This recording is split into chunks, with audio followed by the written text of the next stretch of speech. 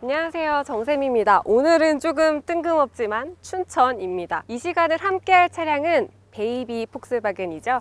베이비 티구안이라는 귀여운 애칭을 가지고 있는 T-Roc입니다. 이 친구는 저희가 출시 현장에서 디자인 리뷰 전해드린 바 있는데요. 오늘은 좀 더 긴 시간을 통해서 자세한 이야기 전달해 드릴게요.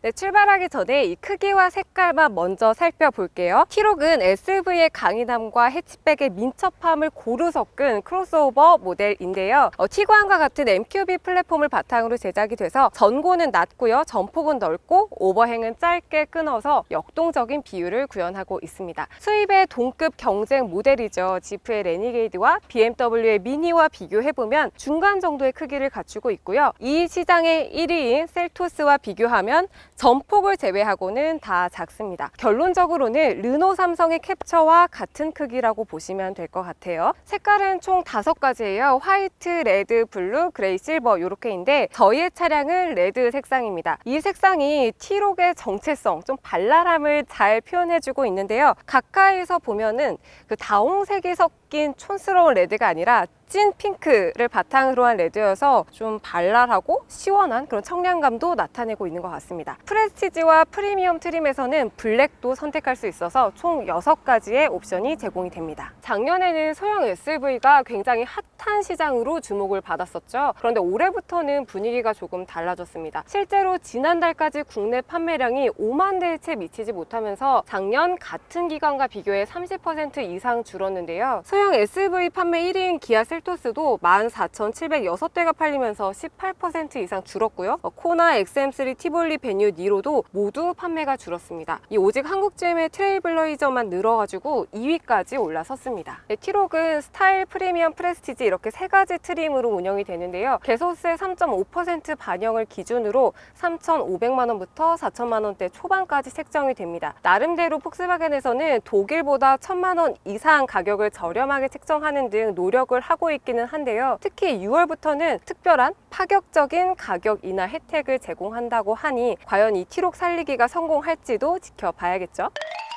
네, 운전석에 앉아서 보니 이 자그마한 공간 안에 폭스바겐의 감성이 진하게 담겼다 이런 생각이 드는데요. 먼저 8인치의 계기판과 12.25인치의 디스플레이가 수평적인 위치로 연결이 되어 있습니다. 스티어링 휠 뒤에 있는 이 디지털 콕핏은 시인성은 나쁘지 않은데요. 확실히 요즘 나오는 차에 비해서 좀 담백하고 약간 아기자기한 그런 느낌은 있죠. 이 디지털 콕핏은 여기에 있는 조작 장치를 통해서 내부 구성을 조금 바꿀 수 있는데요. 가운데 부분에는 주행 중에 지도가 뜨기는 해요. 그런데 세부적인 정보는 아니고 어떤 진입로와 방향 정도만 나타내는 방식입니다. 디스플레이도 담백하죠. 기존 폭스바겐 형식을 그대로 따르고 있는데요. 한글화가 돼서 조금 더 편의성 있게 이용할 수 있습니다. 그리고 손동작으로 이렇게 움직임을 인식해서 편의성을 높였는데요.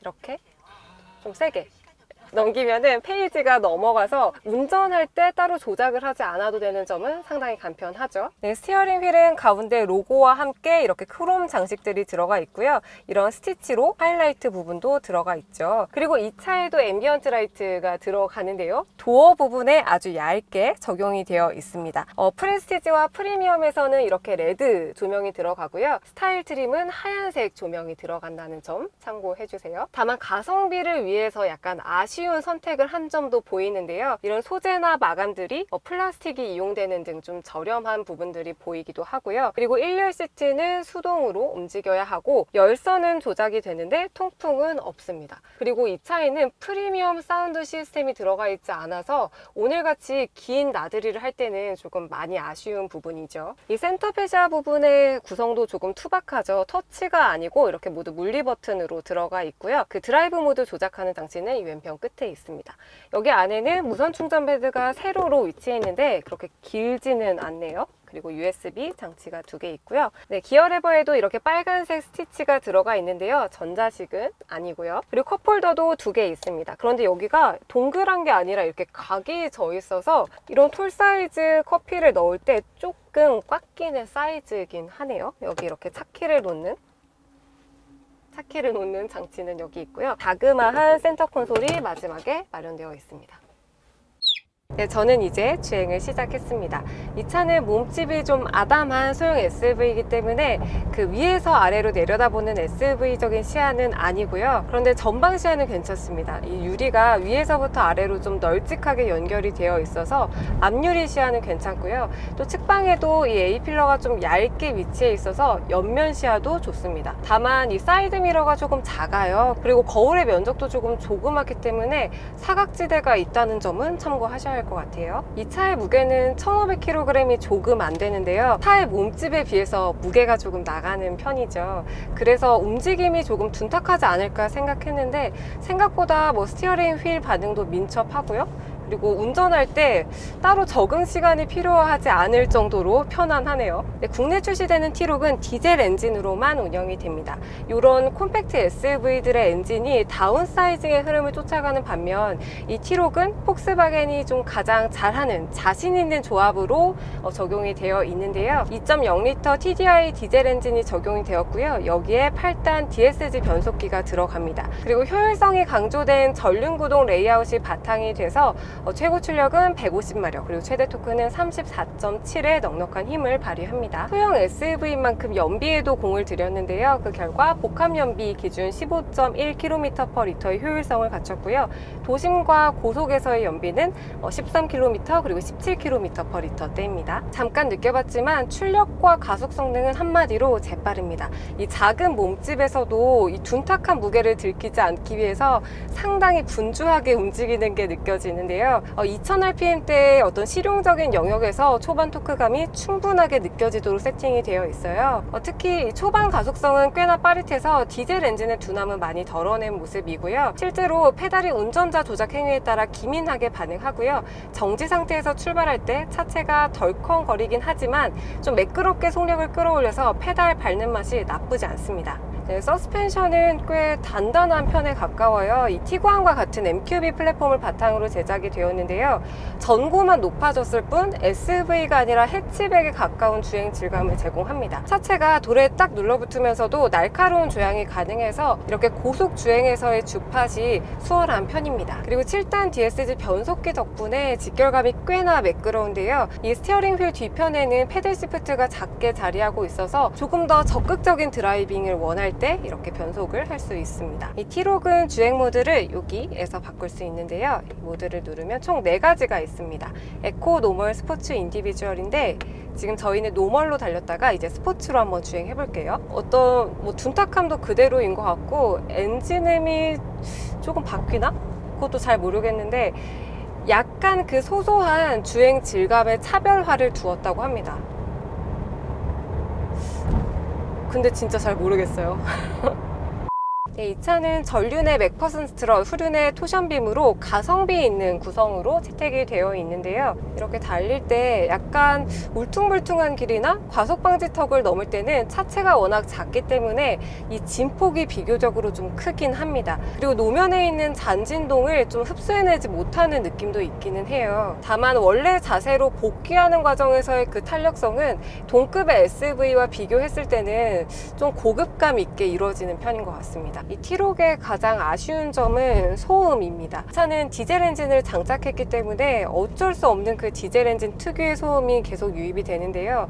시동을 걸 때부터 시작이 되더니 지금 시속 50km가 채 되지 않는 저속에서도 소음이 꾸준히 들어옵니다.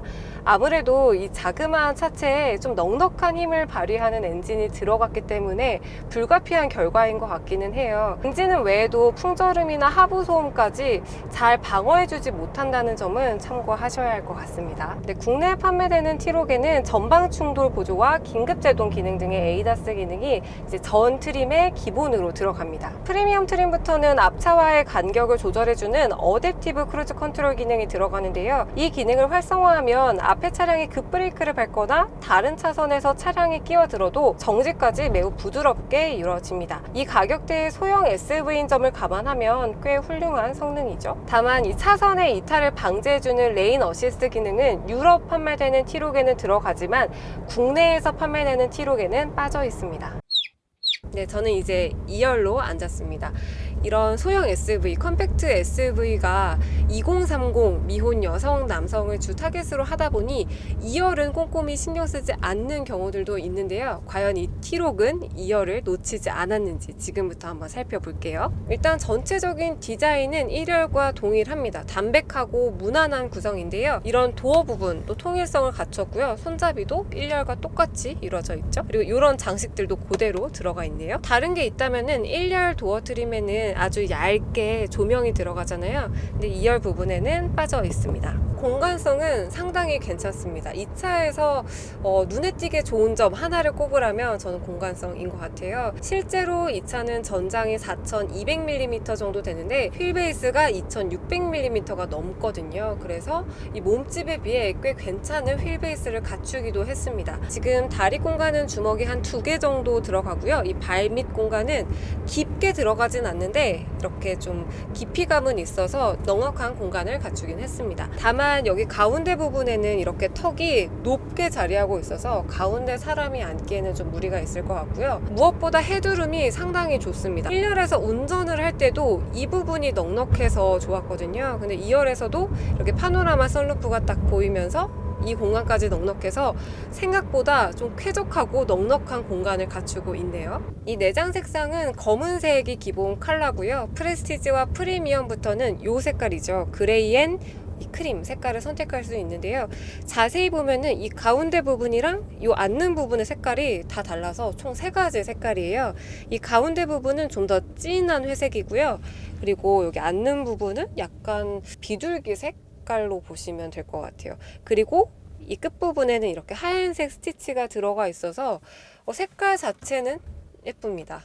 그런데 시트가 그렇게 편안한 구성은 아니에요. 앉아보면은 말랑말랑한 건 아니고 좀 탄성이 있는 소재여서 장시간 오늘 운전을 했는데 약간 좀 몸이 배기더라고요. 그리고 이 차 자체가 서스펜션 세팅이 단단하게 돼 있기 때문에 큰 충격이나 아니면 잔 진동들이 엉덩이 부분에 고스란히 전달되는 그런 아쉬움은 있습니다. 2열의 공조는 뭐가 있을까요? 일단 이 가운데 부분에 송풍구랑 USB 포트가 2개 있습니다. 그리고 이 문 쪽에는 독서등이 있는데 조작 방법들이 굉장히 투박해요. 독서등도 이렇게 그냥 누르는 게 아니라 똑딱 하고 끄고 키는 방식이고요. 이 암레스트 부분에는 이 소리 들리시나요? 약간 끼익 하고 열리죠. 부드럽게 열리진 않네요. 여기 이렇게 컵홀더가 2개가 있습니다. 네, 2열 시트에는 열선 없고요. 통풍도 없습니다. 옷걸이, 옷을 걸 수 있는 자그마한 장치가 마련되어 있고요.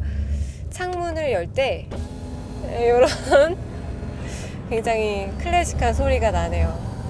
이 차의 승차감은 조금 투박한 편입니다. 사실 1열에서 운전을 할 때는 발랄하고 경쾌한 거동이 마음에 들어서 이런 묵직하거나 좀 단단한 거친 이런 거는 그렇게 많이 신경 쓰이진 않았거든요. 전륜에는 맥퍼슨 스트럿인데 후륜에는 토션빔이거든요.